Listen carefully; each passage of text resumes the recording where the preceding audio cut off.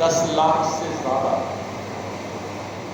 2 लाख ब्राह्मणों के लड़कों ने अविवाहित रहकर अपना जीवन आरएसएस को समर्पित किया है, दोबारा से ब्राह्मण संस्कृति का राष्ट्र बनाने के लिए। समझ पा रहे ना मेरी बात को? ये ताकत उन पर हो गई है ना। एक उन्होंने गैर राजनीतिक संगठन का निर्माण किया है जिसका नाम है राष्ट्रीय स्वयंसेवक संघ, और अपनी सपोर्ट के लिए जो इस देश का बहुजन समाज है उसको अपने षड्यंत्र में फंसाने के लिए, उस पर अपना चक्रव्यूह चलाने के लिए उन्होंने 1600 उप संगठन बनाए, 1600 अपनी शाखाएं बनाई। कम्युनिस्ट द्वारा अपना संचार है, शमशान घाट पर भी उनका संगठन है, शमशान घाट पर भी उनके संगठन के लोग काम करते हैं। समझ गए? जीवन में जितनी चीज की आवश्यकता है हर जगह उन्होंने अपने लोगों को बिठाने का काम किया है। ठीक, इसके बाद संवैधानिक जितनी भी पोस्टें हैं, संवैधानिक जितने भी पद हैं, राष्ट्रपति से लेकर चपरासी तक, उस पर उन्होंने अपने लोगों को बिठाने का काम किया है। नारा हम लगाते हैं, भाषण हम करते हैं, ये संविधान हमारे बाबा साहब ने बनाया है। राजौरिया जी, खाना बन जाए, रेडी हो जाए तो बता देना, इशारा हो गया रेडी, जाइए आप भैया वो फील्ड में रहिए आप। नारा हम लगाते हैं ना, संविधान हमारे बाबा साहब ने बनाया है। 100 में से 1% लोगों ने संविधान की प्रस्तावना नहीं पढ़ी आज तक। सिर्फ हम गाल बजाते हैं, हम गाल बजाने का काम करते हैं। शब्द गलत है, भाव गलत नहीं है मेरा, समझ पा रहे हैं? और जो संविधान को पसंद नहीं करते, जिनको संविधान 1 मिनट भी पसंद नहीं है, उन्होंने संविधान के एक अनुच्छेद को कंटेस्ट किया है। बिना पढ़े सुना सकते हैं आपको, बिना पढ़े सुना सकते हैं, ठीक है ना?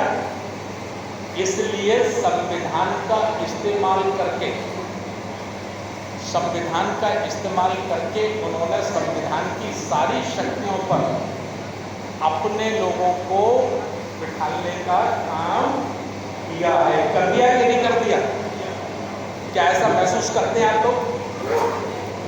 जबकि संविधान तो हमारे मसीहा ने बनाया था, है ना? और उसमें एक सबसे बड़ा हमको पावर भी दिया था।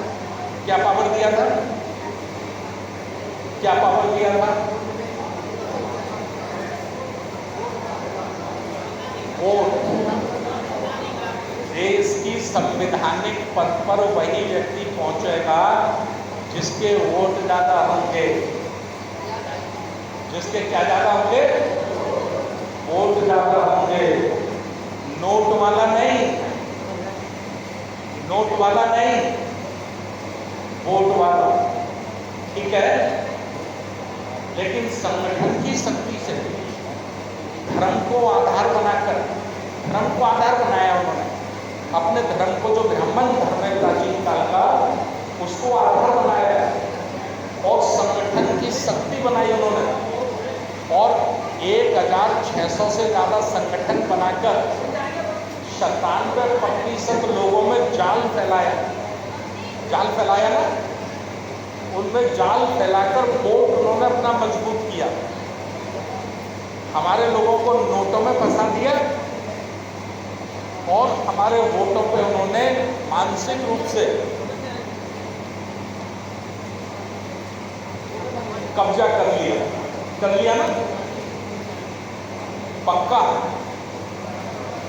ये ताकत उनके पास है। अब हम अम्बेडकरवादी लोग जो हैं, उनके पास क्या ताकत है? हम समीक्षा कर रहे हैं। देखिए, किसी देश का जो सेना का अध्यक्ष होता है और जब वो अपने सारे पड़ोसी देशों की सैन्य शक्ति का समय समय पर निरीक्षण करता है। बांटना शुरू कर दो, अभी पैकेट खोलना मत जब तक मैं ना कहूं, ठीक है? पैकेट हाथ में लेते रहना बस आप लोग। हर देश का सेना अध्यक्ष अपने पड़ोसी देशों का, बल्कि पूरी दुनिया में जितने देश हैं वो सबकी शक्ति का निरीक्षण करते हैं। किसके पास कितने परमाणु बम हैं, किसके पास कितने टैंक हैं, किस देश के पास कितने सैनिक हैं, किस देश के पास कितने लड़ाकू जहाज हैं, है ना? करते कि नहीं करते? ऐसे ही आज हम भी अपने विरोधी की और अपनी शक्ति का परीक्षण करने के लिए यहाँ हम आज इकट्ठा हुए हैं कि जिससे हमारा संघर्ष है, जिससे हमारी लड़ाई है, उसके पास क्या ताकत है। क्योंकि देखिए, संघर्ष दो प्रकार का होता है, एक कामयाब और एक नाकामयाब। एक कामयाब और एक नाकामयाब, ठीक है? दोनों के परिणाम आते हैं, रिजल्ट आते हैं। जिनका संघर्ष कामयाब होता है वो रूलर बनते हैं, हुक्मरान बनते हैं, नियम कायदे कानून बनाने वाले लोग बनते हैं, ठीक है? और जो नाकामयाब होते हैं, अर्थात जो पराजित होते हैं, जिनकी हार होती है, वो गुलाम बनते हैं। क्या बनते हैं? गुलाम बनते हैं, दास बनते हैं। बनते कि नहीं बनते? यही है ना नियम। जो जीता वही सिकंदर। क्यों? तो संघर्ष कभी भी नाकामयाब नहीं होना चाहिए। टाइम चाहे जितना लग जाए, मेहनत चाहे जितना करना पड़े, लेकिन अगर आप संघर्ष की तैयारी में हैं तो 100 का 100% अम्बेडकर वादी संघर्ष कामयाब होना चाहिए, विजय होनी चाहिए, जीत होनी चाहिए। ये संकल्प प्रत्येक अम्बेडकर अनुयायी का होना चाहिए, है ना? अभी तक हमने बहुत चिंतन नहीं किया, तो आज हम चिंतन करने के लिए बैठे हैं। ग्वालियर चंबल संभाग में बैठे हैं, ऐसे हम पूरे देश में कर रहे हैं, ठीक है? हम राष्ट्रीय बौद्ध महासभा के माध्यम से 365 दिन काम कर रहे हैं, समझ रहे ना? तो दो बातें हो गई। हमारे पास क्या ताकत है? अब हम अपनी ताकत की बात कर रहे हैं, ठीक है? तो सबसे पहली ताकत है हमारे पास हमारे देश का संविधान, जिसको बाबा साहब डॉक्टर अम्बेडकर ने लिखा। क्या सबसे बड़ी ताकत है हमारे पास? जितने लोग इस बात को समझे वो कृपया हाथ उठाएं ऊपर। आप सभी लोग समझे सबसे बड़ी ताकत हमारी क्या है? संविधान हमारी सबसे बड़ी ताकत है। क्यों सबसे बड़ी ताकत है? उसकी शक्तियां मैं आपको बता रहा हूं। उसकी शक्ति 10 साल बैठे हैं, संविधान की वह माता है ये लोग। उसकी पहली शक्ति है लोकतंत्र। पहली शक्ति क्या है? लोकतंत्र। लोकतंत्र का मतलब है हमारे देश में किसी का राज नहीं है। संविधान के अनुसार हमारे देश में प्रजा का राज है, जनता का राज्य है। किसका राज्य है? जनता का राज्य है ना? जिसका वोट ज्यादा, राज भी उसका, ठीक है? हमारी शक्ति पहली बात। दूसरी बात, भारत के प्रत्येक व्यक्ति को वोट देने का अधिकार है।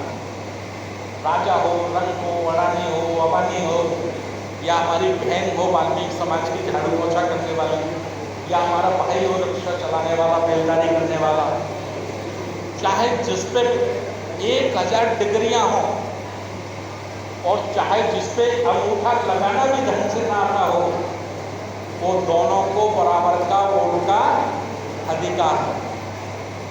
बराबर का अधिकारी नहीं है, उसका वजन भी बराबर है, वैल्यू भी बराबर है। अडानी के वोट की भी पावर और सड़क पे बेलदारी करने रिक्शा चलाने वाले के वोट की भी पावर बराबर है ना। एक में ही गिने जाएंगे दोनों के वोट। तो ये हमारी ताकत है। इससे आगे हमारी ताकत क्या है? हमारी आबादी। हम जो इस देश के मूल निवासी हैं, प्राचीन काल के हजारों वर्षों के, जब से पृथ्वी और आसमान बने हैं तब से जो इस देश के मालिक हैं वो हैं शेड्यूल कास्ट के लोग, शेड्यूल ट्राइब के लोग, ओबीसी समाज के लोग।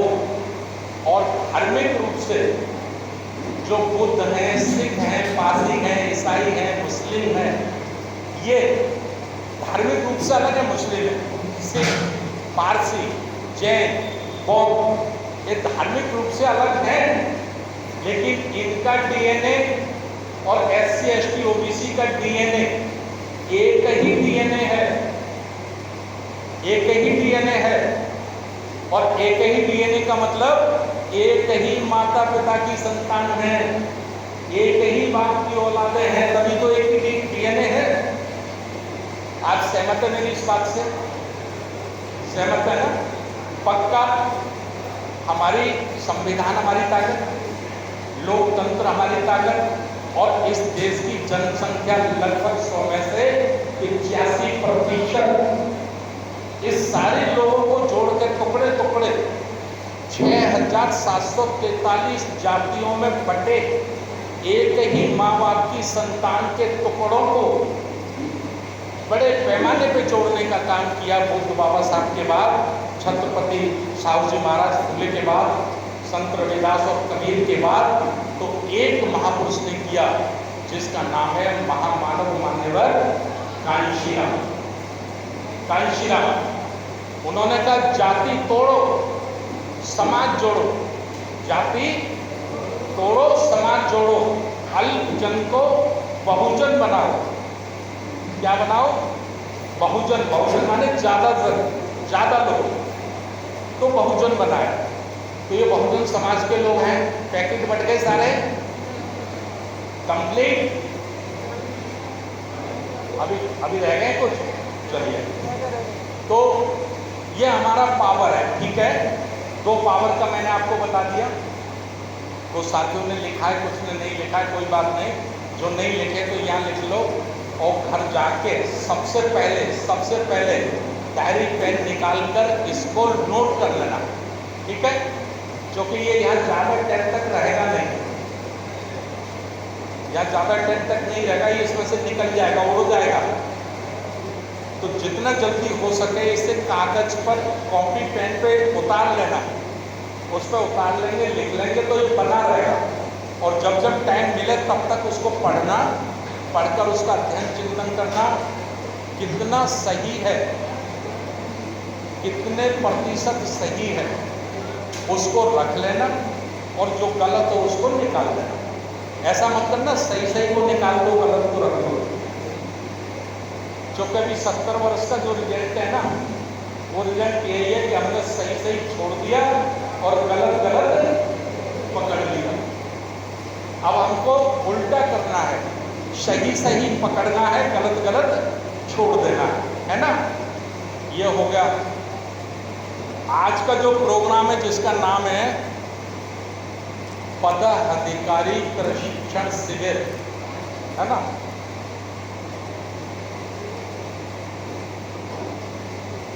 पदाधिकारी प्रशिक्षण शिविर। तो ये पदाधिकारी प्रशिक्षण शिविर हम करेंगे लंच के बाद शुरू, ठीक है। अभी टाइम हुआ है आपका, घड़ी देख लीजिए सब लोग अपनी।